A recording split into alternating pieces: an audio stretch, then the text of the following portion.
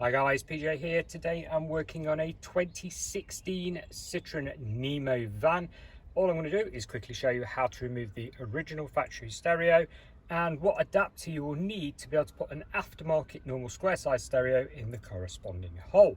So, release keys.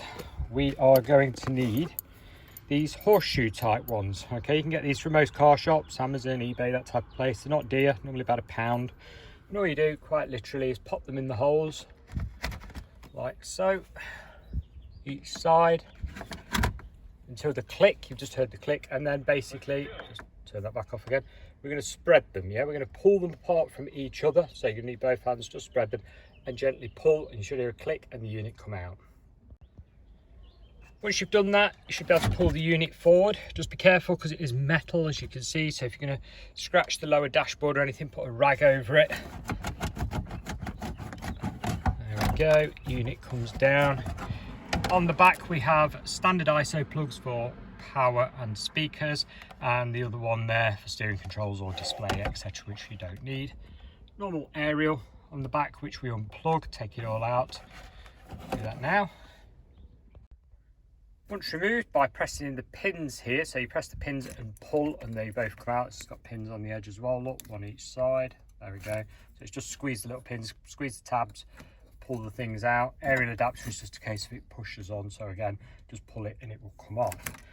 Then you're going to need a TX25 screwdriver or such like to undo both these. There's one at each side, there's another one here, look, and then two at the back, one here and one here.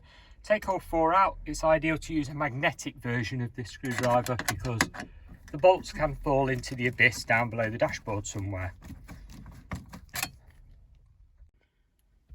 With all four bolts removed, you can quite literally just pull the cage forward, keep that safe with the original radio in case you're ever going to need to reinsert it.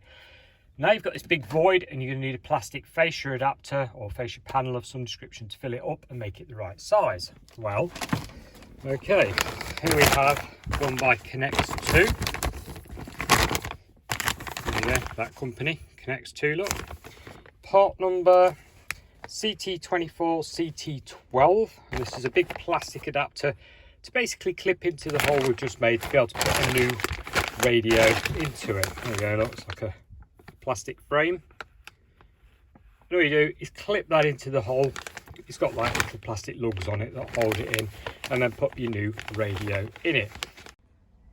Here's the fascia clipped in. You've got some lugs at the sides here to, like tuck in. You've also got the original screw mounts, one here going in, one there. It's a bit dark, I'm afraid.